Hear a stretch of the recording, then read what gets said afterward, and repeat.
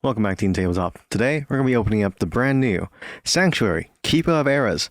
This is a game that I backed a little over a year ago that only got released now. It was postponed a couple of times because of COVID and many other situations, I can assure you. However, it is here today, and we're all going to enjoy it. How much does this Kickstarter cost me in general? This is actually one of the cheaper Kickstarters, actually. You guys want to take a look at the box itself, and then the back of the box would explain everything. It's basically a TCG inside a box. It has 6 core archetypes inside it. So there's different ways of playing the game. Some of them are a little bit better than the others. Basically, what you have to do is attack your opponent's sanctuaries, and then once all the sanctuaries of your opponent has been taken out, you can then proceed to win the game. Very easy. You play creatures to go towards sanctuaries, and then you also get a commander that is going to be the face of your entire tribe. Look at that. Look at how nice this one looks. So how much does this cost in total? This giant monstrosity was, I think, 38 euros all in. I also got the €5 foil cards as well for the booster expansion. Well, just €5 foils. I'll show you guys that in a little bit. Anyway, so it's a little bit difficult to see. You guys see this? So you open up this top slot. Or actually, how does that go? You open up the bottom slot? Yeah, you open up the bottom one, and it comes with 2 playmats. So this thing doesn't actually collapse on itself. Okay, so this thing's held up by something else. So inside it, you got this very neato playmat. Although I do say it's like 38 euros. However, it did cost quite a bit shipping-wise. I think it was 20 euros. It's almost it was almost expensive as the actual game itself. Which, to be fair, what game isn't these days? So, I'm just going to move this one to the side for 1 second while I show off all the nice little playmats. Alright.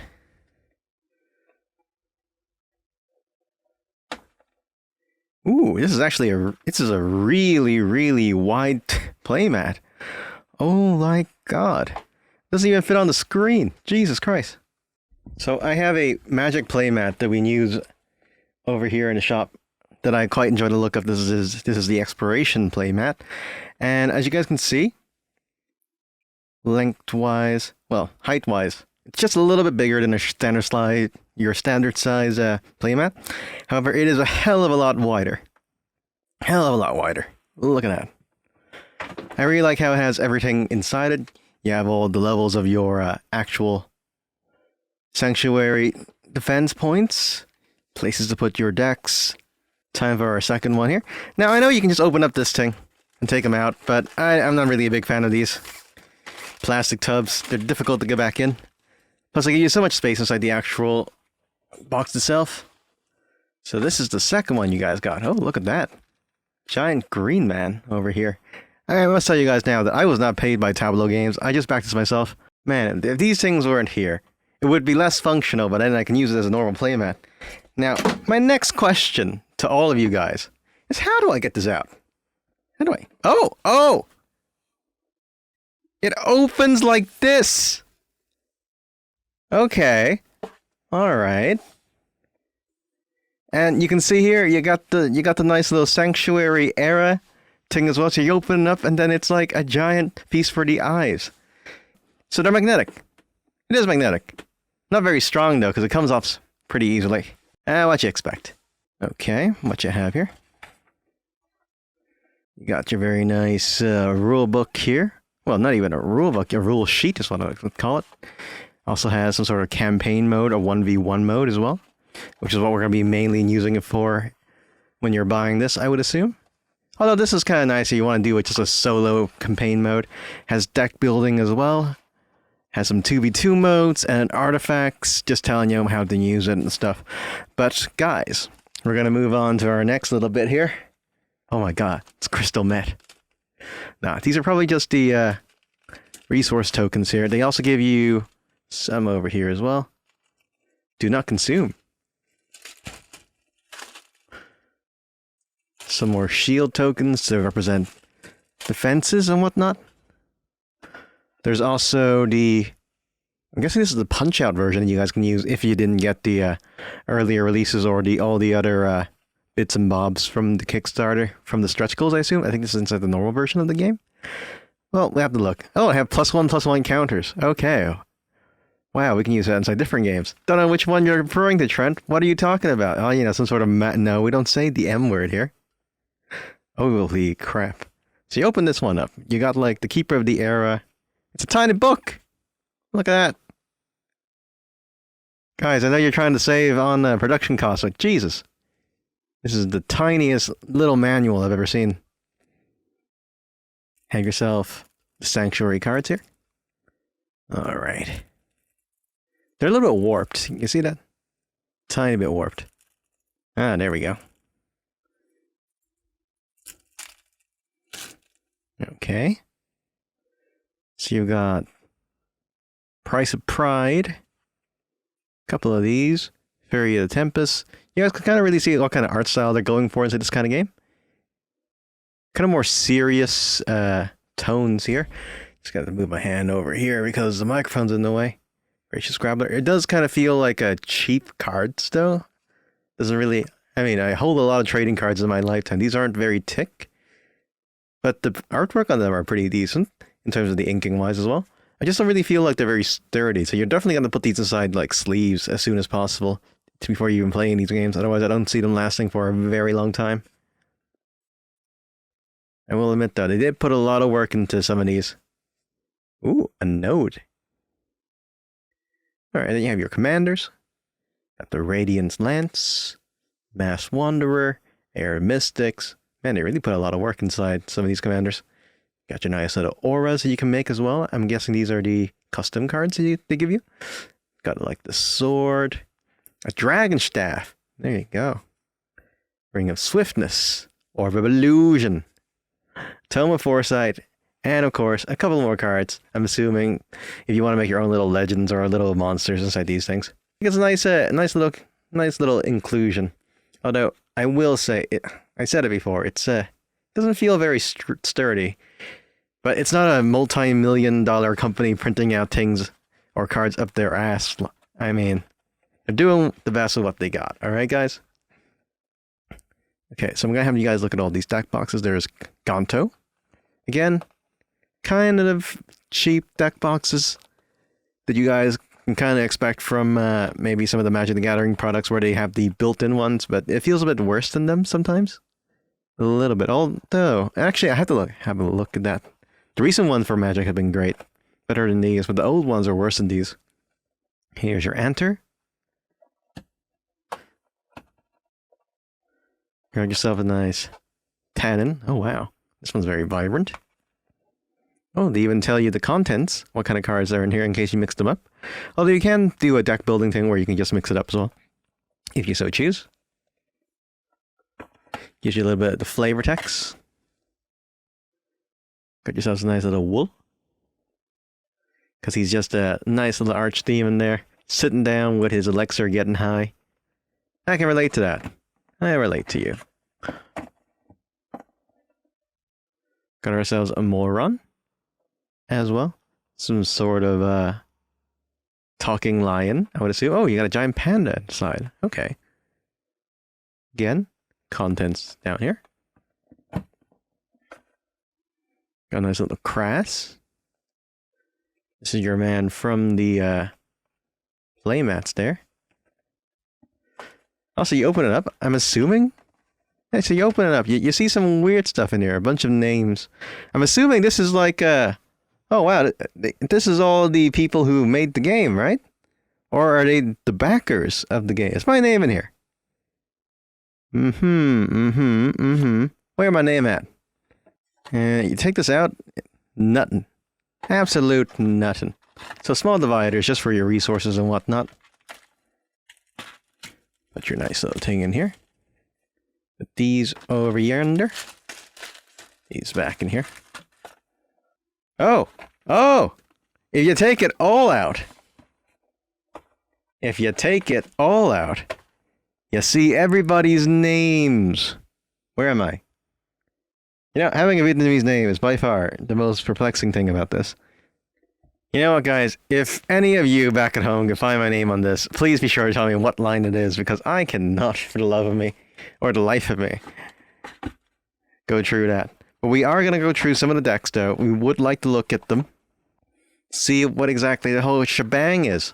Why is Trent so excited to get this? Because, man, you know the cost of trading card games? Jesus Christ, this costs less than a booster box, and you got like so much stuff in here. Look at this. Alright, Gonto, what you got? So to even leave you a little bit of space so that if you double sleeve up your cards, you can still play with them. That's pretty cool. Why must they make this so difficult? Alright, I think we got it. Okay.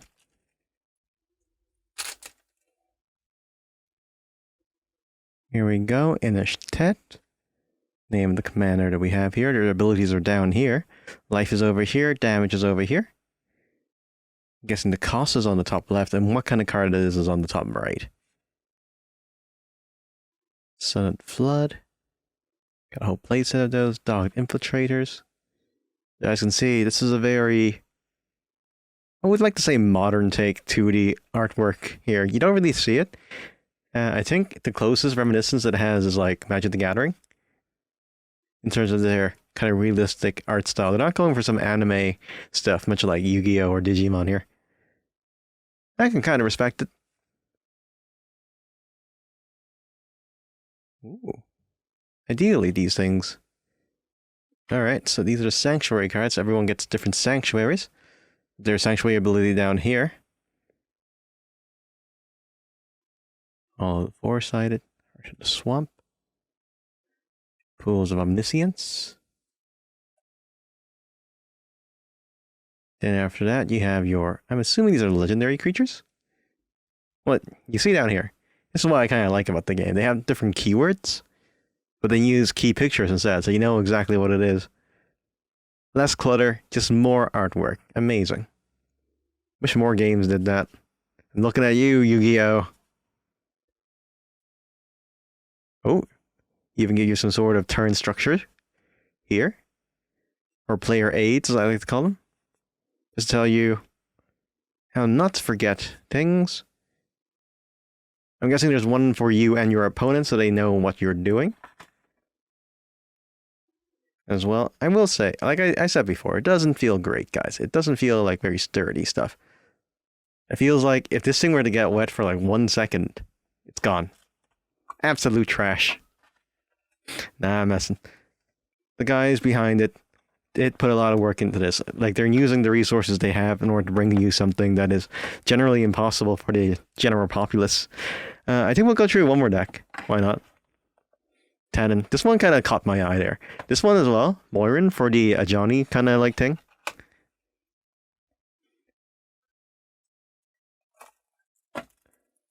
I hate pull tabs. Okay, we got it, we got it.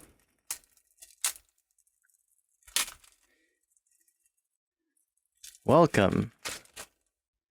Burrell, Tactician of the Tannen Champion. Okay. Got a Young Unfledged. More elites. Very colorful prism.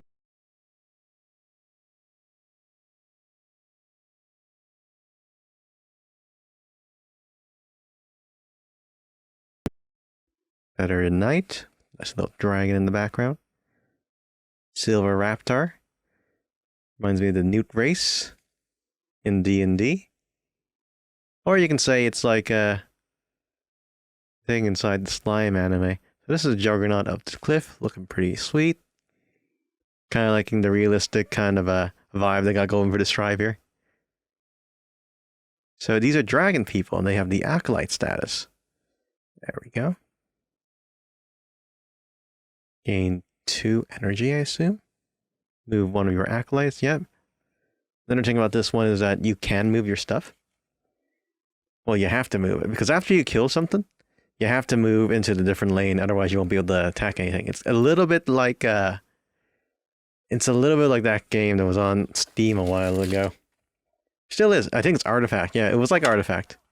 Although I think Artifact got a rehaul. I don't know. Everything that freaking Richard Garfield makes nowadays, I tend not to like. Although he did recently announce a brand new game that's coming out relatively soon. But yeah, we're just gonna put all these back in, guys. Huge ass box. Huge ass box. Gotcha there. put it back in. It fits in all snug. You get your little box, you roll your stuff up, you put it in. Not too bad. Not too bad. I actually didn't even do a good job of that. Look at how big it is now. That's what she said. Yeah, second one rolled up here. Put it back inside. I'm guessing there's space for more for more stuff here. I didn't buy any extra stuff. Oh yeah, I can show you guys that in a second. Just gonna put this in real snuggy and real nicely. Fits like a charm. So whenever you guys want to play a game, just boom, grab it. You got your playmats, then open it up, boom, grab it. You got your decks. 2 seconds, guys, while I show you one last thing with the Arrow to Keepers. So this is the Sanctuary, the Arrow to Keepers, the set of foil cards, champion and villains. I believe this is going to be for our our heroes or champions and the kind of big bads inside the game. Cost me an extra €5 to have you guys know that that's a lot of money. It's enough to buy a booster pack of something here. Let's have a look. The card stock is a little bit better.